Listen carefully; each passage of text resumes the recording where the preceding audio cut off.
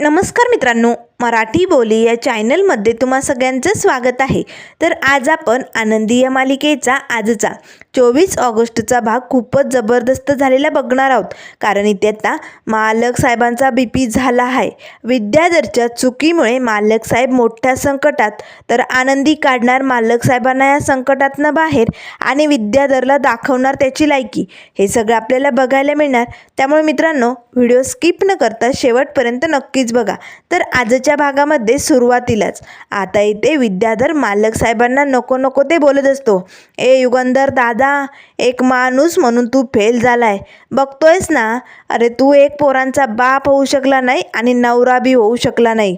बघ, या पोरीची जबाबदारी घेतली ना, मग ती तुला पार पाडता आली नाही. आणि समिधा वहिनींबरोबरही तू तेच केलं. त्याच वेळेस मालक साहेब म्हणू लागतात, विद्याधर थोबाड बंद ठेव. तेव्हा विद्याधर म्हणू लागतो, नाही ठेवणार बंद. आज मी बोलणार, कारण तुझ्यात सत्य परिस्थिती जाणून घ्यायची हिंमत नाही आहे ना दादा. पण आज मी बोलणार. समिधा वहिनींचं काय झालं सांग ना, बोल ना. त्याच वेळेस आता लगेच माई म्हणू लागतात, बास विद्याधर, समिधाबद्दल काहीही बोलायचं नाही. युगंधरचं समिधावरती खूप प्रेम होतं, तो तिला जीवापाड जपायचा. त्यावर बापू म्हणू लागतात, हो, आणि हे आम्ही नाही बोलत, समिधा बोलायची. त्यावर विद्याधर म्हणू लागतो, हो, समिधा वहिनी असं बोलायची. मग जेव्हा समिधा वहिनी शेवटचा श्वास घेत होती, अंथरुणात खेळत होती, तेव्हा हा माणूस कुठे गेला होता? तेव्हा हा माणूस समिधा वहिनींच्या उशाशी का नव्हता? सांगा ना, माझ्या प्रश्नाचं उत्तर द्या.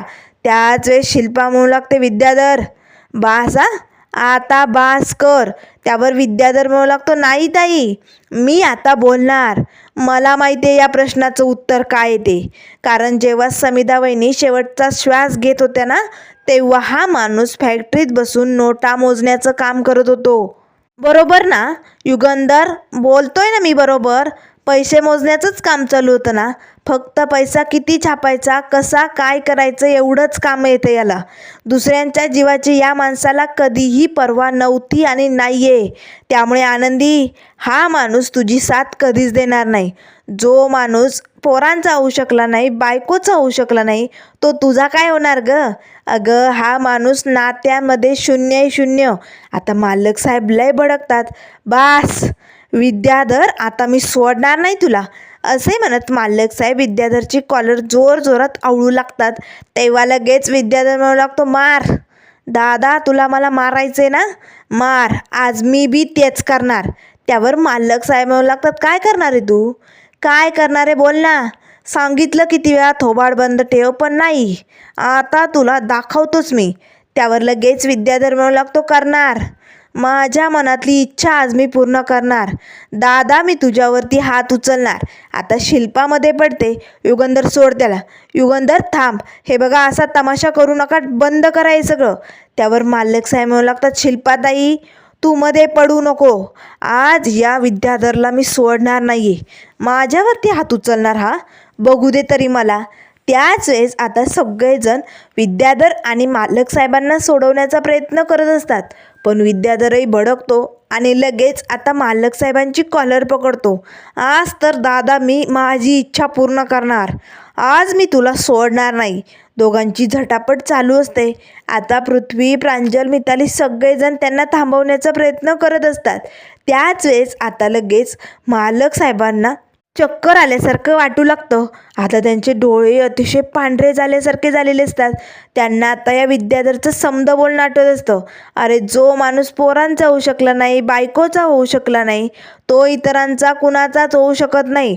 तो नात्यात शून्य आहे. समिधा वहिनींच्या बाबतीत जे काही झालं ते सगळं बोलणं आता इथे मालक साहेबांना आठवत असतं. मालक साहेबांचा BP वाढलेला असतो. आता मात्र मालक साहेबांचा BP हाय झाल्याने पटकन आता लगेच मालक साहेब धडकन खाली पडतात. विद्याधरला धक्का बसतो. आता ज्या क्षणाला मालक साहेब खाली पडतात, सगळेजण घाबरतात. युगंधर, असे म्हणत आता धावतच मालक साहेबांजवळ येतात. आता मिताली, प्रांजल सगळेजण मालक साहेबांना उठवण्याचा प्रयत्न करत असतात. विद्याधर मात्र तिकडनं आपल्या रूममध्ये निघून जातो. त्याच वेळेस आता पृथ्वी म्हणू लागतो, आतू आतू आपण आधी यांना बेडवरती नेऊया, चला पटकन, चला लवकर. आता पृथ्वी, मिताली, प्रांजल सगळेजण मालक साहेबांना त्यांच्या रूममध्ये घेऊन जातात. पण आनंदीला मात्र काहीच कळायचा मार्ग नाही. काय झालंय छायाताई, मला कोणतरी सांगा ना, मालक साहेबांना काय झालंय? छायाताई कुठे आहात तुम्ही? छायाताई सगळ्यांची धावपळ चालू असते. आनंदी आता धडपडतच एकटीच आता वरती जिन्यावरती निघालेली असते. पडत झडत धावत पळत आता आनंदी मालक साहेबांच्या रूममध्ये येते. तर बेडवरती मालक साहेबांना झोपवलेलं असतं. माई, बापू, मिताली, प्रांजल, पृथ्वी सगळेजण आता मालक साहेबांना उठवण्याचा प्रयत्न करत असतात. बाबा बाबा उठा ना, काय झालंय? डोळे उघडा ना. तेव्हा पृथ्वी म्हणू लागतो, हे बघा मिस्टर युगंधर निंबाळकर, प्लीज उठा ना. मिस्टर युगंधर असं नका करू. अहो माझं बोलणं ऐकू येतंय का? डोळे उघडा ना. सगळेजण आता खूप घाबरलेले असतात.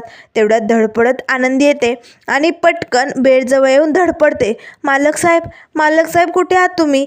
त्याच वेळेस आता ही शिल्पा लगेच आनंदीचा हात पकडते. तुला दिसत नाही? समोर माणूस आडवा पडलाय आणि तुझं काय ग, कशाला धडपडते मध्ये मध्ये? त्यावर माई म्हणू लागतात, शिल्पा अगं कसं दिसणार आहे तिला? त्याच वेळेस शिल्पा म्हणू लागते, हिला दिसत नाही तो माझा प्रॉब्लेम आहे का? माझ्यामुळे दिसत नाही का? मग हिने एका कोपऱ्यात पडून राहायचं ना. हे बघ तुला आता शेवटचं सांगते, इथेच सडत बैस, इथेच पडायचा, आवाज करायचा नाही आणि युगंधरच्या जवळ यायचं नाही. असे म्हणत आता शिल्पा लगेच आनंदीला बाजूला एका कोपऱ्यात ढकलून देते. आनंदी तिथेच आता रडत बसलेली असते. त्याच वेळेस आता मिताली म्हणू लागते, आतू डॉक्टरांना कॉल कर ना गं. अगं ते डोळे उघडत नाहीये. मी पटकन काहीतरी गरम पाण्याच्या पट्ट्या वगैरे करूया, चला पटकन. पृथ्वी आणि प्रांजल आता जोरजोरात मालक साहेबांचे हातपाय चोळू लागतात, जेणेकरून त्यांना शुद्ध येईल याचा प्रयत्न आता चालू असतो. त्याच वेळेस आता इकडे विद्याधर आपल्या रूममध्ये बसलेला असतो. त्याला जणू भीतीच वाटलेली असते. जर या दादाला काही झालं तर मग पोरं माझ्यावरती लय भडकणार. आता काय करू याची त्याला भीती वाटत असते. तेवढ्यात आता सांत्वन करण्यासाठी त्याची बायको धनी आता पाण्याचा ग्लास घेऊन येते. अहो घ्या की पाणी. हे बघा टेन्शन घेऊ नका, समजा काही ठीक होईल. त्यात तुमची काय बी चूक नाही हो. घ्या, भाऊजींना काही नाही होणार. आणि हे बघा पुन्हा अशी भांडण तंटे करत बसू नका हो. आज भाऊजींचं जे काही झालंय ते उद्या तुमच्यासोबत झालं तर मी काय करू? मी तुमच्याशिवाय कशी जगू? तेव्हा लगेच आता विद्याधर जोरदार दिशी धनीच्या हातातला ग्लास लोटून देते. अक्कल शून्य बायको, हे बघ मला काय बी होणार नाही. या वाड्याला पुरून उरणार आहे मी. सगळे संपतील तरी मी एकटा या वाड्यावरती राज्य करायला राहील. मला काय बी होणार नाही. उगाच तोंडाला येईल ते बोलायचं नाही, चल निघ इकडनं. तेव्हा लगेच आता धनी म्हणू लागते, अहो ते मी. त्यावर विद्याधर म्हणू लागतो, गप्प बैसा, थोबाड बंद ठेव. उगाच नको ते सांत्वन करत बसू नको. चल माझ्यासाठी कुर्ता काढ. किती मळलाय माझा कुर्ता, दिसत नाही तुला? आता लगेच धनी म्हणू लागते, ठीक आहे. आता धनी कपाटाजवळ जाते आणि कुर्ता शोधत असते. त्याच वेळेस आता इकडे शिल्पाने डॉक्टरांना कॉल केलेला असतो. डॉक्टर साहेब लवकर या ना, जरा अर्जंट आहे, लवकर या. त्याच वेळेस आता लगेच पृथ्वी म्हणू लागतो, काय झालं तू? काय बोलले डॉक्टर? तेव्हा शिल्पा म्हणू लागते, डॉक्टर येतायचे 5 मिनटं लागतील. त्याच वेळेस आता सगळेजण मालक साहेबांना उठवण्याचा प्रयत्न करत असतात. आनंदी उठते, मालक साहेब कुठे आहात तुम्ही? तेव्हा शिल्पा म्हणू लागते, सांगितलेलं कळत नाही, थोबाड बंद ठेव. तू इथे आलीच कशी? तुला काय सांगितलंय? तिथेच पडून राहायचं आणि तोंड बंद ठेवायचा. उगाच इथे बोंबलत बसू नको. तेव्हा आनंदी म्हणू लागते, शिल्पाताई प्लीज मी हात जोडते, एकदा मला मालक साहेबांना भेटू द्या ना प्लीज.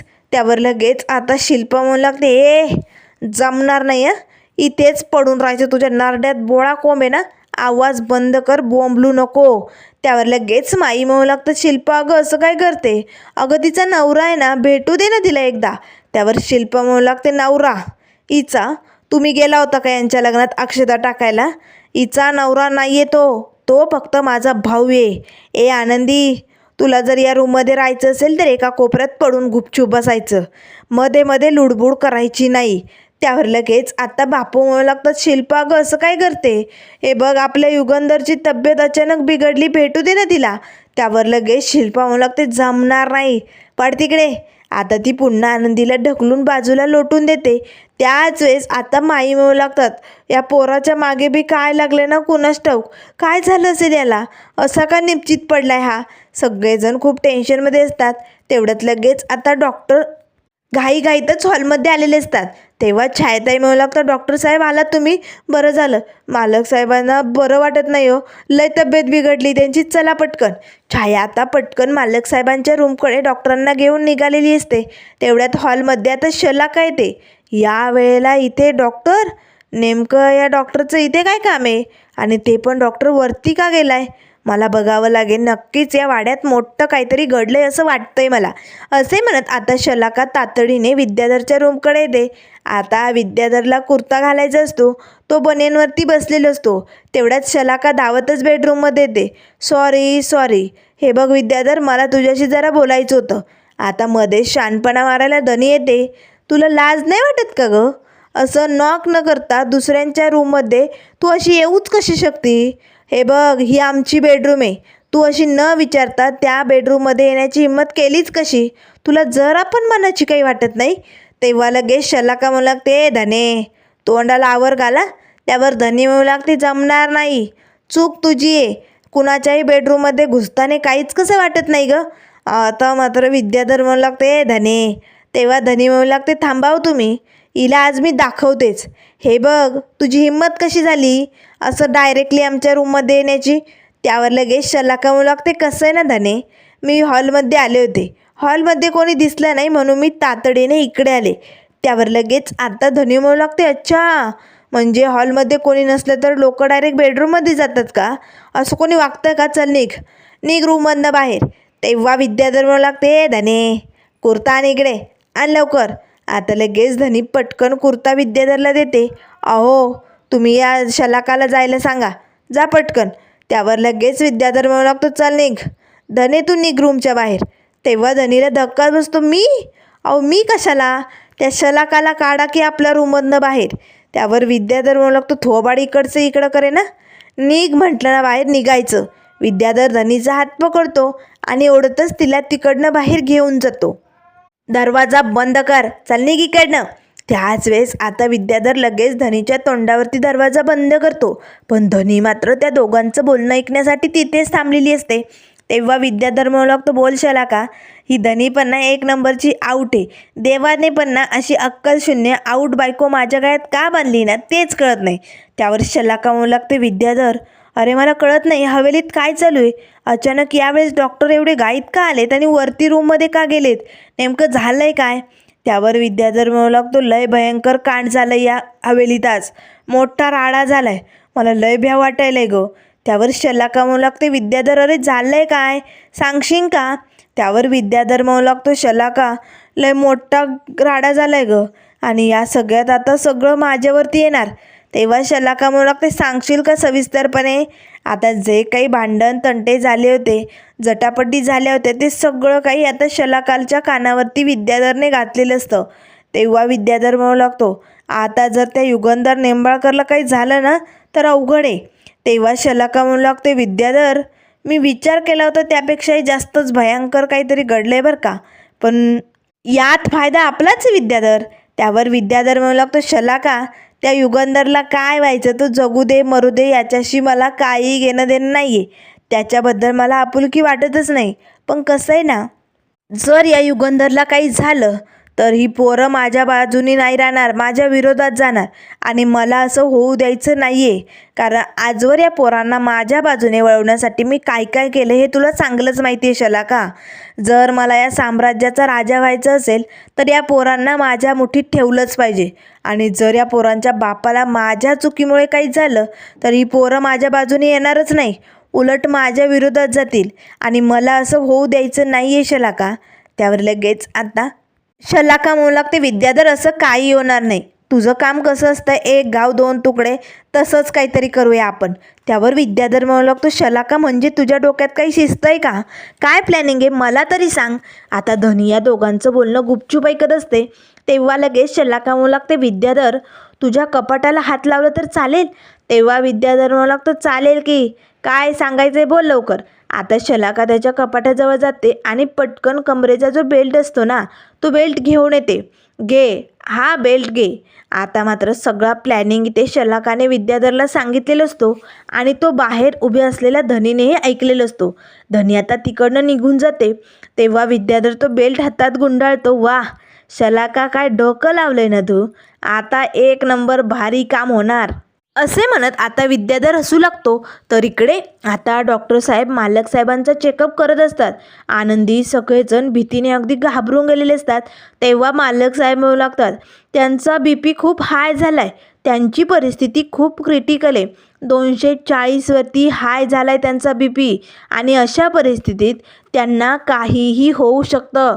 ब्रेन स्ट्रोक होऊ शकतो किंवा हार्ट अटॅक येऊ शकतो. आता हे पुढचे 24 तास खूपच क्रिटिकल असणार आहे. आता हे ऐकून सगळ्यांना धक्का बसतो. डॉक्टर साहेब आता काय करायचं? माई विचारू लागतात, हे बघा तुम्ही काहीतरी करा ना, युगंधर लवकरात लवकर बरा झाला पाहिजे. त्यावर डॉक्टर साहेब म्हणू लागतात, हे बघा खरं तर आपण त्यांना ICUत शिफ्ट केलं असतं, पण त्यांना हलवणं ही खूप मोठी चूक असणार आहे. त्यांची परिस्थिती आत्ता खूप नाजूक आहे आणि आपल्याला यात मोठी रिस्क घ्यायची नाही आहे. त्यामुळे आपण इकडे रात्रीच ICUचा सगळा सेटअप लावून टाकूया. तोपर्यंत त्यांना शांततेची गरज आहे.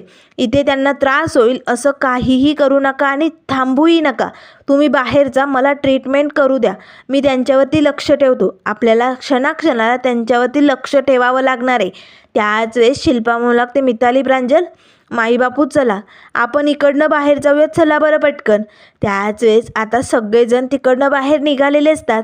तेव्हा लगेच आता आनंदी उठून उभी राहते. शिल्पाताई मला थांबू द्या ना इथे मालक साहेबांजवळ, मी काहीच करणार नाही, मी फक्त इथे थांबते.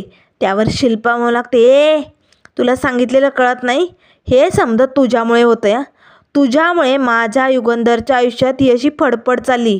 जेव्हापासनं तुझ्यासोबत लग्न केलं आहे ना तेव्हापासनंच असे ग्रह फिरलेत त्याचे. त्यामुळे निघायचं, माझ्या युगंधरपासनं 4 हात लांब राहायचं, चाल निघ. असे म्हणत आता शिल्पा आनंदीला रूममध्ये बाहेर काढते. आता डॉक्टर साहेबांचे उपचार चालू असतात. त्याच वेळेस आता इकडे सगळेजण बाहेर हॉलमध्ये बसलेले असतात. मिताली रडत असते. तेव्हा आता आत्तू तिला समजावू लागते, मिताली अगं रडू नको, रडून काय होणार आहे बरं, हे बघ युगंधरला काही होणार नाही, तो लवकरात लवकर बरा होईल. त्यावर मिताली म्हणू लागते, हे बघ आत्तू, जर आता आईच्या पाठोपाठ बाबांना काही झालं ना तर मी नाही जगू शकत, मी मरून जाईल. तेव्हा शिल्पा म्हणू लागते, मिताली अगं काय बोलतेस तू, युगंधरला काही होणार नाही, तो लवकर बरा होणार आहे. त्यावर लगेच आता माई म्हणू लागतो, हो ग पोरी, तुझ्या बापाला काही नाही होणार, तो सुखरूप बरा होईल. तेवढ्यात लगेच आता शिल्पा म्हणू लागते, खरं तर ना हे सगळं त्या आनंदीमुळे होते. त्यावर प्रांजल म्हणू लागतो, आत्तू आपण हे सगळं नंतर बघूया ना, आत्ता बाबांची तब्येत खूप महत्त्वाची, त्यांना काही होणार तर नाही ना, हे सगळं काय होऊन बसलंय. त्याच वेळेस आता लगेच विद्याधर आणि शलाका येतात. विद्याधर पटकन आता मितालीसमोर टेबलवरती तो बेल्ट ठेवतो. तेव्हा शिल्पा म्हणू लागते, विद्याधर हा काय प्रकार आहे. त्यावर विद्याधर म्हणू लागतो, मिताली घे बेल्ट आणि माझी चामडी सोलून काढ, मला असा हाण ना, असं मला हाण का बस, असे व्रण उठले पाहिजे, माझ्या शरीरावरती जखमा झाल्या पाहिजे, एवढा मार दे मला. त्याच वेळेस मिताली म्हणू लागते, काका अरे काय बोलतोय तू. त्यावर विद्याधर म्हणू लागतो, हो कारण ही सगळी माझी चूक आहे, मी नको ते सत्य बोलून मोकळा झालो, पण मी रागाच्या भरात हे विसरून गेलो की माणसाने एवढंही सत्य बोलायचं नसतं, समोरच्याला त्रास होईल अशाने. सॉरी, माझं चुकलं, पण यात माझा काय दोष होता. रागाच्या भरात मी बोलून गेलो दादाला, कारण दादा वागतोच तसा. मागच्या वेळेस आनंदी किडनॅप झाली तर माझ्यावरतीच आळ घेतला, त्यानंतर आजही मी पृथ्वीला एवढं जीवावर बेतलं, वाचून घरी आणलं, तरी मलाच गुन्हेगार ठरवलं, मलाच मारेकरी केलं आणि हे मला सहन झालं नाही, कारण माझ्यावरचे हे खोटे आरोप मला सहन होतच नाही आहे रे पोरांनो आता. त्यामुळे आता मला जिवंत राहण्याचा अधिकार नाही आहे. दादाची ही अवस्था फक्त माझ्यामुळे झाली, आता मला मरायचे, त्यामुळे मारा. असे म्हणत आता लगेच हा विद्याधर मितालीचे हात पकडतो आणि जोरजोरात आपल्या थोबाड्यावरती मारू लागतो. त्याच वेळेस मिताली म्हणू लागते, काका अरे थांब रे, काय करतोयस तू. तेव्हा शिल्पा म्हणू लागते, विद्याधर थांब. पण धनीला मात्र सगळं माहिती असतं की हे सगळं खोटं नाटं प्लॅनिंग चालू आहे. धनी गप्प बसलेली असते. त्याच वेळेस आता विद्याधर म्हणू लागतो, कसं शांत हो रे पोरांनो, मला तुमची तगमग नाही बघू शकत मी, मला नाही सहन होते. आता मात्र प्रांजल आणि मिताली काकाकडे बघू लागतात.